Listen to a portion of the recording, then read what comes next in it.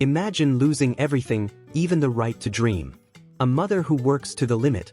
A daughter who only wants to be loved. But when fate crosses love and sacrifice, what is left but pain? This is a story you will never forget. The series begins with a group of elderly people gathered outdoors and doing activities.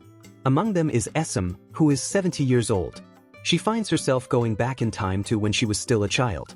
She screams for her mother, Gwan, who is doing her job as a rhino harvesting seafood. She asks her mother to leave, but despite her daughter's screams, Gwan continues diving. Her mother's colleagues find the girl funny and comment on little Yang, who is right there next to her, and how he seems to have a crush on Esum. She doesn't like the insinuations and kicks Yang's bucket. Even though he is upset, the boy does his job and collects part of the seafood harvested by the rhino to resell and feed his family. One of Gwan's classmates gives the boy a large portion along with some abalone. Gwan doesn't like her classmate's attitude because abalone is scarce and redistributes it, saying that she doesn't work hard enough to feed Yang's grandmother and family. One of her classmates also doesn't like what Gwan says and throws it in Gwan's face that it was Yang's grandmother who taught them to dive and that Gwan and her husband think they are too good even though they don't have any luxuries. They argue and Gwan leaves, throwing her classmate's seaweed on the floor. At home, Esum tells her mother that she doesn't pay attention to her, that she only thinks about working. She didn't even notice the fact that her daughter won an award for writing poetry. Gwan says that poetry won't feed her. She tells her daughter to show her grandmother because she really liked intellectuals. Little Esum is upset and says that her grandmother hates her because she and her mother look alike. She sits next to her mother to help with the work. Gwan tells Esum to go home and eat, and the girl says that while everyone eats fish, her uncle never gives her fish to eat. Gwan doesn't like what she heard, but even though she's upset, she doesn't say anything. The girl also says that her uncle believes that because she's so good at studying, she's taking her cousin's luck at school and that he treats her very badly. She emotionally asks her mother to let her live with her, because she can't stand living with her uncle anymore. Her mother interrupts her and scolds her, saying that it's her fault and that she should have more attitude and do everything she can to please her uncle and grandmother so that they'll love her. At that moment, Yan, Gwan's husband, arrives home. He asks if Esum is going to stay for dinner, but the girl, sad, says that she won't and leaves. Gwan goes to one of the vases where she hides a pack of cigarettes, but when she takes it out she realizes that it is wet and spoiled. She soon realizes that Esum, knowing where her mother is hiding, watered the vase and purposely wet the cigarettes. The scene cuts to night and Gwan and her husband talk. He asks why Gwan doesn't let Esum live with them. After all, she would be much better off there. Gwan replies that the house is small and they have no money and tells him to mind his own business. Yan asks how he can stop a child from staying with her mother. He says that he knows that she only lives there to be closer to her daughter and that the girl comes to visit her whenever she can. Yan asks why she left her daughter at her uncle's house if they treat her so badly. Gwan replies that they have money and she can go to school there. Gwan assures her that she will never let her daughter dive and work so hard for so little. Letting the girl live with them would not give her daughter a future. Yan holds in his hands the poetry letter that won his daughter the prize and is shocked when he reads it. The scene cuts to the Yu family's house where Grandma Kim is studying with her grandson. While everyone eats and does their homework, Esum prepares the food. From afar she sees little Yang. He is selling fish to Esum's uncle. He questions the fact that Yang brought 6 fish and not 5 as he had asked for, and the boy says that 6 people live with him and he always asks for only 5 fish, the 6th one is free.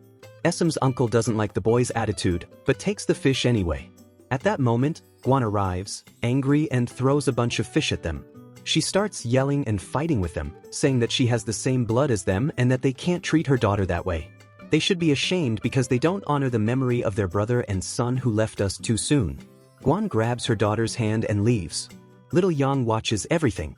Esum is grateful for having been treated badly all this time, which led her to live with her mother. All of this was only possible because the poetry letter that Esum wrote expressed all of her frustration and pain for her mother who never stops working for a better life and without caring about her health. She would pay for her mother to retire. When Gwan reads the letter, she becomes emotional and realizes the mistake she made. Now that she understands how her daughter feels, Gwan decides to be the mother she should be and that Esum always wanted. At home, Gwan puts her children to bed while she talks to Yan, who tells her how lucky Gwan is to have a daughter like Esum. Gwan tells her what her life was like before. Her parents were heavily in debt, her first husband was sick and her second husband was a deadbeat. She tells her how she felt used by some people, but Esum is different and wants to share the burden with her mother. Gwan does not feel worthy of having a daughter as good as hers. That is why she promises that she will live to see her daughter become what she always dreamed of, a respected academic. In the morning, SM cries after being named vice president of her class. As Yang and her siblings watch her cry, her mother explains that being vice president is a good thing and that they should celebrate. Yang explains to Guam that SM was actually elected president and had more votes than her opponent. At that moment, she understands why her daughter is crying. The scene cuts to the past, where SM is questioning her teacher for coming in second place even though she had received more votes. Her teacher explains that her opponent's father gave a lot of things to the school and that everyone should have voted for him instead of her. SM insists that she had more votes than her colleague, but the teacher yells at her and tells her to accept it. The scene returns to the present. Gwan is angry that someone stole from her daughter, and SM cries even more because the position should have gone to her. The scene cuts to Gwan plowing a field by herself. She does hard work for an acquaintance who is pregnant, but it's all to borrow a necklace. When she gets the necklace, she gets all dressed up and goes to SM's school. She went to talk to SM's teacher and find out why her daughter came in second place. In the classroom with the teacher, she behaves kindly and brings treats to the teacher. She tries to be nice to make the professor change his mind. She did something she never imagined doing. She humiliated herself in exchange for a chance for her daughter to get what she so desired and deserved.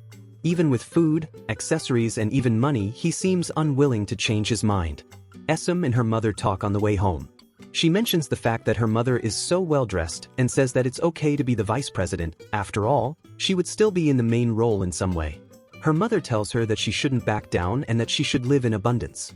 At night, Gwan and her husband talk about the future. She is proud of her daughter. She takes out her hidden cigarettes and throws them all into the fire and makes plans to have a long life.